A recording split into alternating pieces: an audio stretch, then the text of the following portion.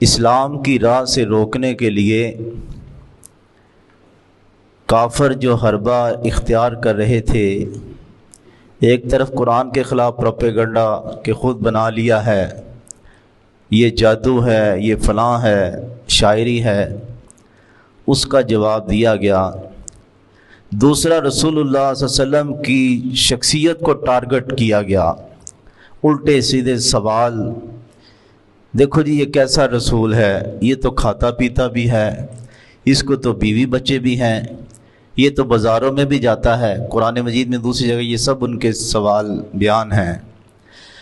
تو اس کے گھر میں تو فاقے بھی ہیں، کسی عام بادشاہ کا سفیر ہو تو اتنا پروٹوکول ہوتا ہے، کوئی فرشتے ساتھ ہوتے تاکہ انکار کرنے والوں پہ وہ کوڑا برساتا۔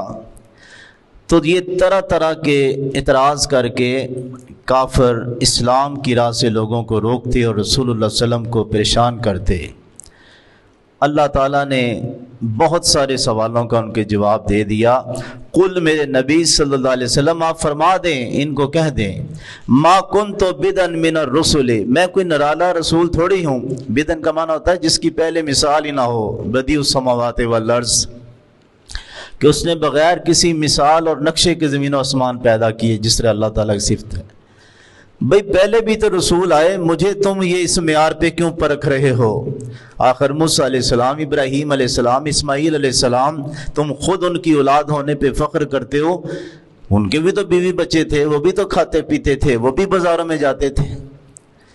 اور دوسرا مطالبہ یہ کرتے کہ کوئی محلات ہوتے، کوئی خوشحالی ہوتی، تو یہ بھی پہلے رسولوں کو تم دیکھو، وہ بھی سختیاں جھیلتے تھے، وہ بھی محنت مزدوری کرتے تھے۔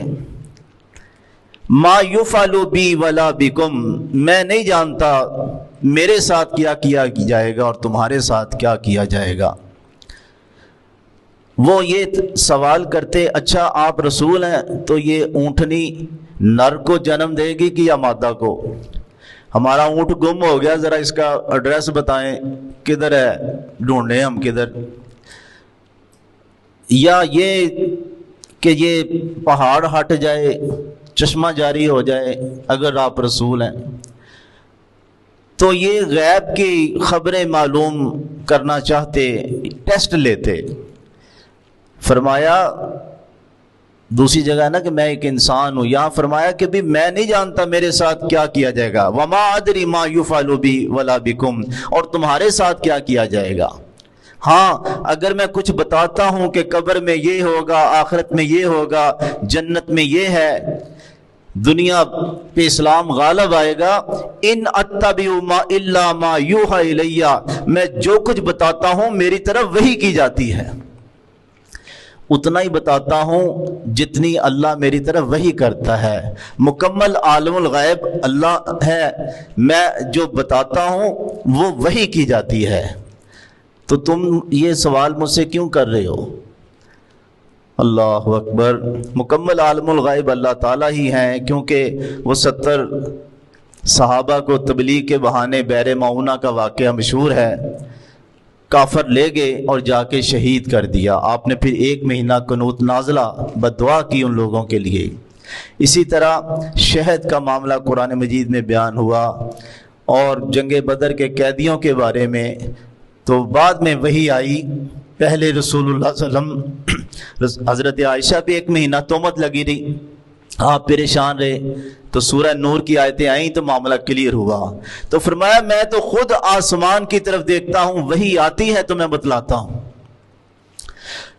یہ جو ہے کہ جی سب کچھ جانتے عام لوگوں کے بارے میں، صحیح بخاری کتاب الشہادات کی حدیث ہے، ام علا ایک عورت تھی انصاری، کہتی قرہ ہوا تو عثمان بن مظعون ایک صحابی، ان کا ہجرت کا معاملہ یعنی کہ جب ہوا تو ہمارے گھر میں ٹھہرنے لگے، بیمار ہو گئے، ہم نے اس کا علاج کیا لیکن وہ فوت ہو گئے۔ کفن پہنایا اس کو، غسل کے بعد چارپائی پہ ان کی میت پڑی ہے، رسول اللہ صلی اللہ علیہ وسلم آئے، بہت نیک تھے، بڑے عبادت گزار تھے۔ تو نبی صلی اللہ علیہ وسلم کے سامنے وہ عورت کہنے لگی یہ تو عزت پا گیا، اللہ نے اس پہ رحم کر دیا، یہ صحیح بخاری کی حدیث ہے، رسول اللہ صلی اللہ علیہ وسلم فرماتے ہیں میں اللہ کا نبی ہو کے یہ باتیں نہیں کر رہا، تو نے کس طرح کہہ دی کہ یہ عزت پا گیا؟ ٹھیک ہے ہمارا گمان اس کے بارے میں اچھا ہی ہے کہ اللہ معاملہ اچھا کرے گا، تو نے یہ کس طرح کہہ دیا؟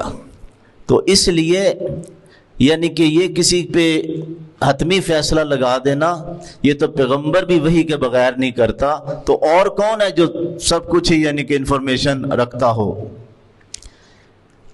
تو فرمایا وما انا الا نذیر مبین، میرا کام صرف صاف صاف ڈرا دینا ہے، لوگوں کی غیب کی خبریں بتانا نہیں ہے، ان کے سوالوں کا جواب دینا نہیں ہے، میں لوگوں کو صاف صاف ڈرا دینے والا ہوں۔ اللہ سمجھنے عمل کی توفیق عطا فرمائے۔